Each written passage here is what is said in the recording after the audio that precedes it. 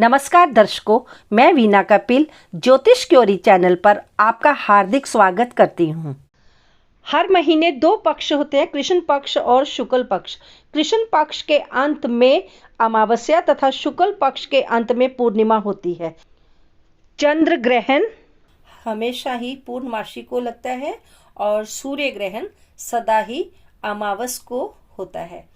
चंद्र की एक कला अर्थात एक तिथि 12 डिग्री अर्थात 12 अंशों की होती है।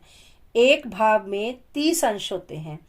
इस तरह एक भाव में चंद्रमा 2.25 दिन तक रहता है। सूर्य तथा चंद्र की आपस में दूरी कम से कम 72 अंश से ऊपर रहनी चाहिए, तभी चंद्र बली होगा। जब ये दूरी 180 डिग्री रहती है तब पूर्णिमा होती है, और जब 360 डिग्री पर होता है तब अमावस्या होती है।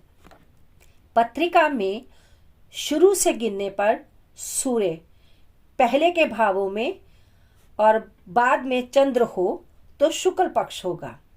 मान लें सूर्य लगन में, चंद्र भी लगन में, जहाँ चंद्र 12 में, तो कृष्ण पक्ष होगा। जैसे जैसे चंद्र आगे बढ़ता जाएगा तो शुक्ल पक्ष शुरू हो जाएगा। मान लें सूर्य 7वें किंतु चंद्र 4थे, तो कृष्ण पक्ष होगा। 0 से लेकर 12 डिग्री तक प्रतिपदा होती है ये शुक्ल पक्ष की। 12 से लेकर 24 डिग्री तक द्वितीया। शुक्ल पक्ष में 24 डिग्री से लेकर 36 डिग्री तक तृतीया तिथि होती है।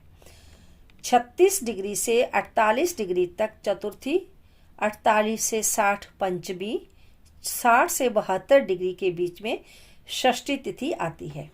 72 से 84 सप्तमी तिथि, 84 से 96 अष्टमी तिथि होगी। 96 से 108 डिग्री तक नवमी तिथि आ जाती है। 108 से 120 तक दशमी तिथि, 120 से 132 तक एकादश, 132 से 144 तक द्वादशी तिथि रहती है। 144 डिग्री से 156 डिग्री तक त्रयोदशी, 156 से 168 तक चतुर्दशी। उसके पश्चात 168 से 180 डिग्री तक पूर्णमासी कहलाती है।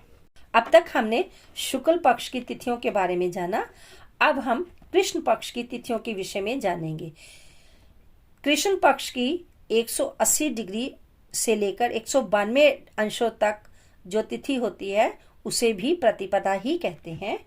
192 से 204 द्वितीय, 204 से 216 तृतीय, 216 से 228 चतुर्थी तिथि, 228 से 240 पंचमी तिथि, 240 से 252 षठवीं तिथि, 252 से 264 सप्तमी तिथि, 264 से 276 अष्टमी तिथि, 276 से 288 नवमी तिथि, 288 से 300 दशमी तिथि, 300 से 312 अंश तक एकादश तिथि, 312 अंश से 322 अंश 324 अंश तक द्वादशी तिथि, 324 अंशों से 336 अंशों तक त्रयोदशी, 336 से 348 तक चतुर्दशी तिथि रहती है।